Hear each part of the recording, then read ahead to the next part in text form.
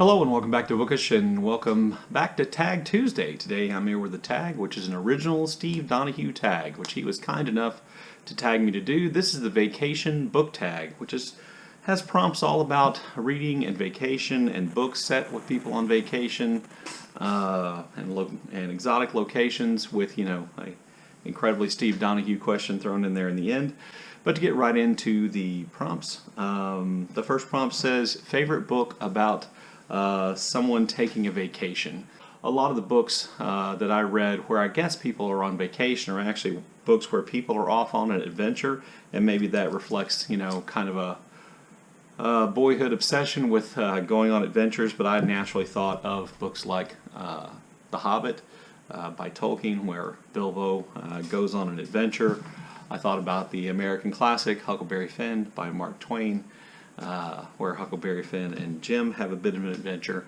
And one of the things that I like about books about people on vacation, or books about people who are on adventure, is the sense of place. So these next books are works of fiction which, even though they're not really about people necessarily on vacation, even though one of them is, are books that give me that sense of place, that sense that I wanted to travel to those places and see those things. And I'm sorry, Steve, but one of the writers who did that for me was Hemingway. You don't have to like his style. You don't have to like who he was as a person.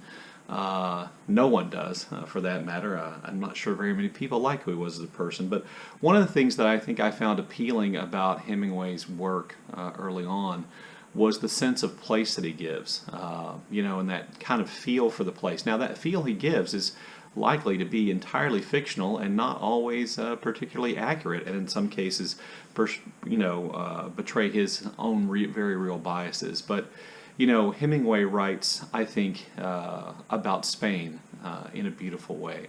I think Hemingway's stories about Paris, in particular, A Movable Feast, made me want to visit Paris, and his writing about Spain made me want to visit Spain, and even his writing in books that are not anywhere near his best and somewhat downright bad, like Across the River and Into the Trees, I think has an interesting and effective portrait of Venice and Italy, or at least not effective, but at least in a sense that made me want to visit there, and it made that seem like an experience I wanted to have more. His Islands in the Stream and the chapters about Cuba made me much more interested in going to Cuba, and for all its many faults, the Green Hills of Africa made Africa seem like a more real place.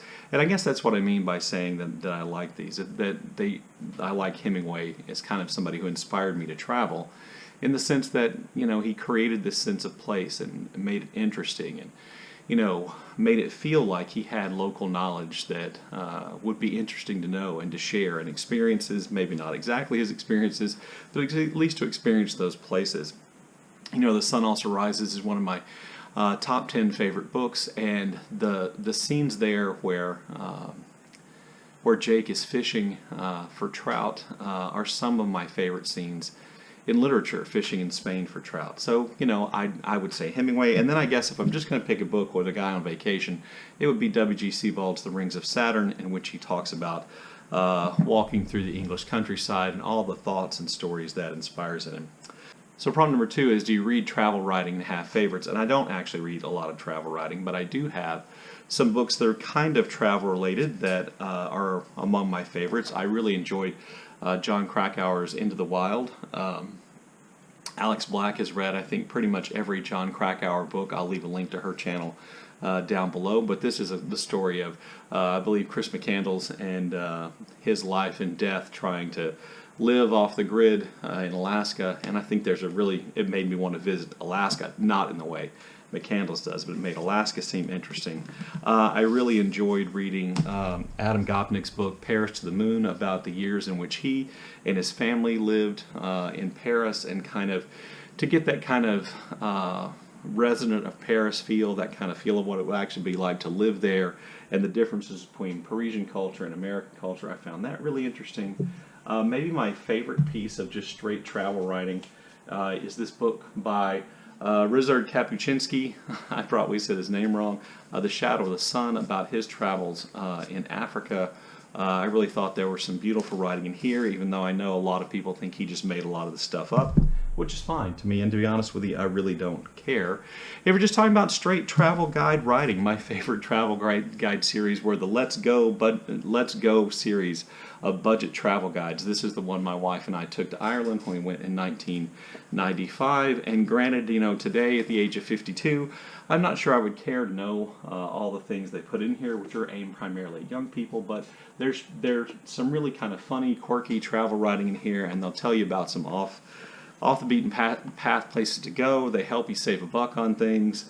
I believe it's the Let's Go series on Let's Go Guide to Paris, which taught me how to get into the Louvre without standing in line, which was really valuable when my wife and I went to Paris.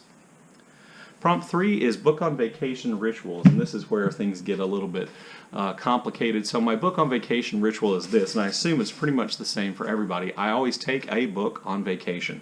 If it's a real vacation trip, and to be honest with you, for budget reasons, I don't take a lot of real vacations and haven't taken a lot of real vacations. But if it's a real vacation, I usually take a book by an author who's from the place where I'm going or about the place where I'm going. So for instance, my wife and I went to Ireland. I read William Trevor's News from Ireland and Other Stories. By the way, I find books of short stories to be some of my favorite books to take on vacation because, you know, you can dip in and out of it a lot easier than a novel.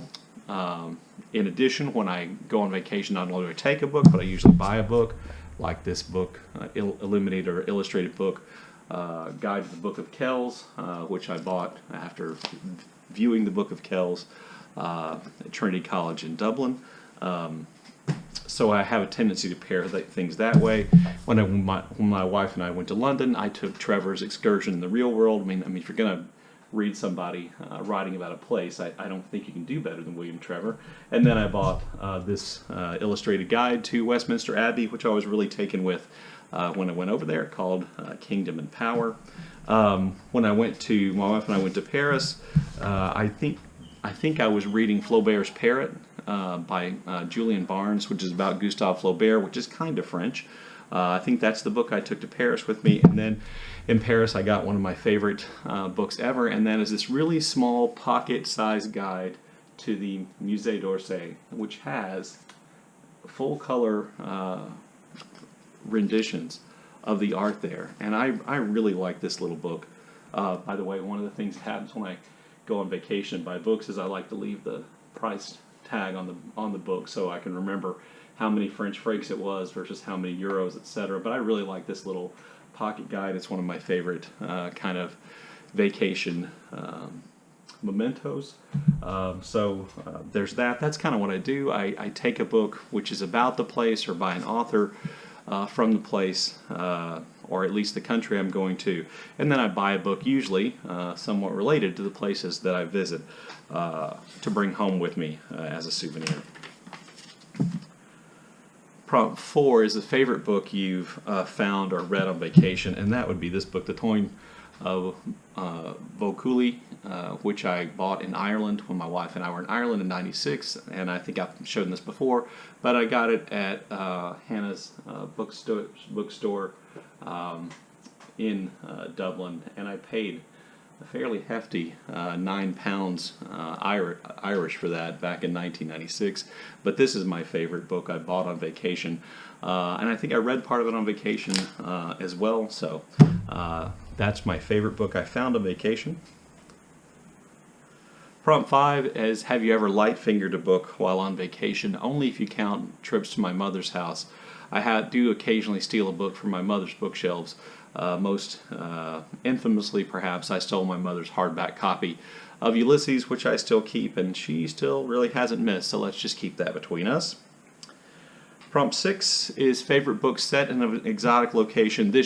Last year, I read Peter Matheson's The Snow Leopard, which is set kind of in the Himalayas, and this was just a great book. I also last year read Celestial Bodies, which is set in Oman, which is another exotic location I knew nothing about, and one of my favorite things to do is to learn about a place's culture and customs by reading fiction from an author from that place and set in that place.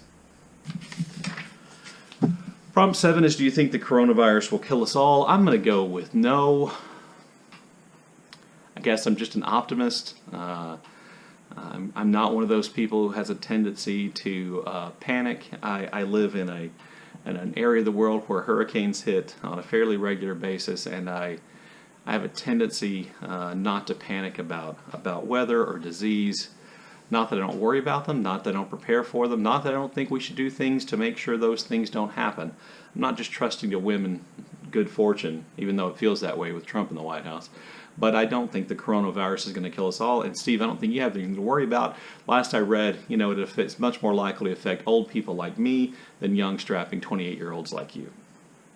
And then prompt number 8 is, what is the last book you read on vacation? And that's a good question, and I don't really know that I remember the answer, what the last book I read on vacation was, but I did read a biography of the American author Thomas Wolfe while on a vacation with my family, where we stayed in a cabin in Asheville, North Carolina, which was a really good family vacation, and I know I read that biography of Thomas Wolfe while I was there. Anyway, so Steve wants us to tag somebody. Tag people is prompt number 9. And since I could never, when I'm put on the spot, remember people I want to tag, and being not a planner, or a very good planner, I didn't write down a list. I will scroll a list of names up the screen pretty much right now of people who I tag, and of course I'll leave links to their channels in the description box down below. As always, thank you for watching. I look forward to your comments in the comment section.